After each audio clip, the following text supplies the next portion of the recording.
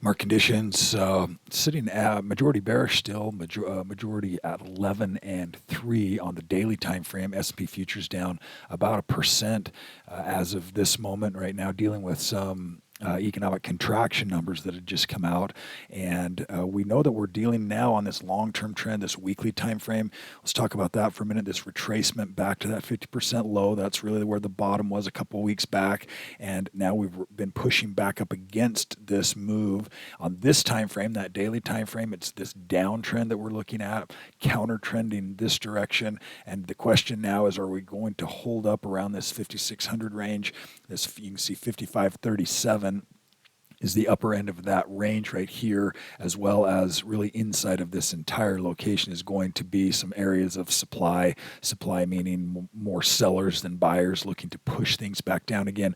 And this number that we got this morning on GDP, I think it was, is potentially could spook the market. There's definitely some real economic issues that are going to start to unfold, and earnings season, and now that a lot of the discussion that's happening right here, we're going to start to see at least kind of how this last 2 or 3 months may start to pan out in earnings. S&P 500 closing out at 10 and 4 yesterday, 10 and 4 majority bearish on the daily, 10 and 4 majority bullish on the weekly time frame. So weekly time from that long-term trend still bullish and still intact right here. Just looking to see if we're going to kind of get a dip down and retest some of these lows, and that's certainly a possibility from where we're at currently. Let's take a look at the overall breadth of the market. S&P 500 stocks above the 50-day, sitting at 39, so almost 40%. A pretty decent move, a pretty decent participation as we've climbed off of some of those lows, but still on the underside of that 50% range. I'd still have the majority in downtrends. VIX also back down in that 25 range, not moving a whole lot here today, but in an area where it could continue to move back down. It could bounce right here as markets are really kind of chopping out and churning out the overall direction right here. SHY, short into the yield curve, we're seeing strength in those bonds, which is going to start to put some pressure on rates. Here you can see that 2-year rate is in a nice little downtrend here of 366, and in this longer term perspective you can see where it's really bounced off those lows, now working its way back this other direction. TLT, let's take a look there. Seeing some strength in TLT today, which means we should be seeing that 10-year starting to retrace back down a little bit. 420 on the 10-year as of right now, and lots of volatility in that over the last couple of weeks as well. Dow Jones Industrial Average running also back up into this resistance area. It hasn't been as strong as S&P, but this resistance area right here, volatility, majority bearish at 12, neutral trend here on the weekly time frame for the Dow.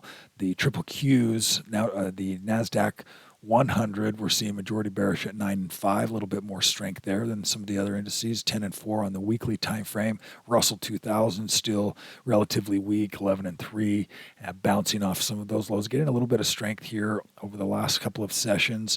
But again, looking at these patterns, these real sharp bounces off bottoms, they typically get retested, or at least some other kind of a counter trend rally for opportunities for bulls to prove themselves once again. So if we see a retracement back down, or even back down to those levels, if it just keeps continuing to move higher, then we've got something building right here. But as of right now, there's still some uncertainty in the retracement and that pullback of the trend across all of those indices. We're seeing oil this morning, pre-market, USO gapping lower, moving back down here. You can see back down to 65. We'll see what ends up happening in oil here, but in that downtrend could retest some of these lows as well. Gold at the upper end of the range here at 14, pulling back. It's been chopping now off of those most recent highs. Watch for this range. Again, this is still our momentum zone, so gold is still in that on the daily time frame, but it's really extended, and that may need a little bit of time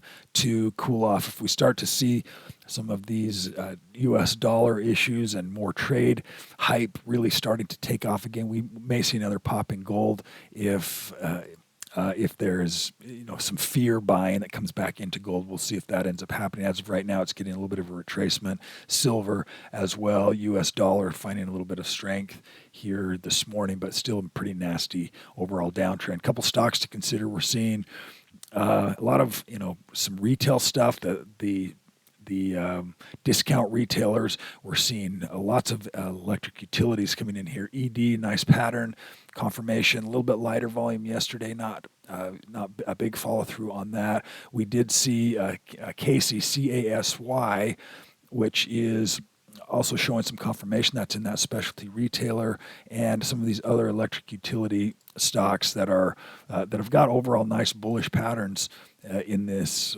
rally so far. That'll do it for today's update. Everyone have a fantastic day today.